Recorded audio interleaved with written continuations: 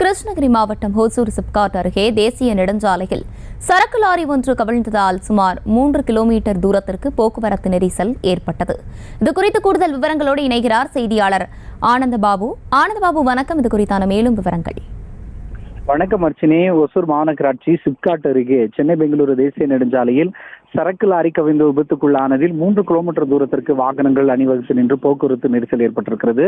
கிருஷ்ணகிரி மாவட்டம் ஒசூர் மாநகராட்சி சிப்காட் பகுதி போக்குவரத்து நெரிசலை கட்டுப்படுத்தும் விதமாக தேசிய நெடுஞ்சாலைத்துறை சார்பில் சிப்காட் என்னும் இடத்தில் மேம்பாலம் அமைக்கும் பணிகள் சில மாதங்களாக நடைபெற்று வருகிறது. இதனால் 1 கிலோமீட்டர் தொலைவிற்கு இருபுறங்களிலும் ஒரு வழி சாலையிலேயே பெங்களூரு சென்னை தேசிய நெடுஞ்சாலையில் வாகனங்கள் அனுமதிக்கப்பட்டு வருகிறது.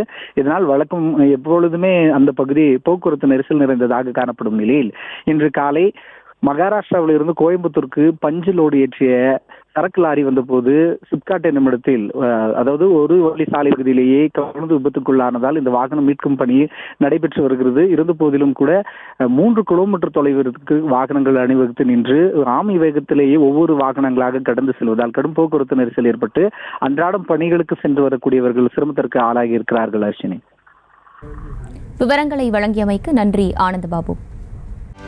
செய்திகளை உடனுக்குடனும் துல்லியமாகவும் தெரிந்து கொள்ள சப்ஸ்கிரைப் பண்ணுங்க.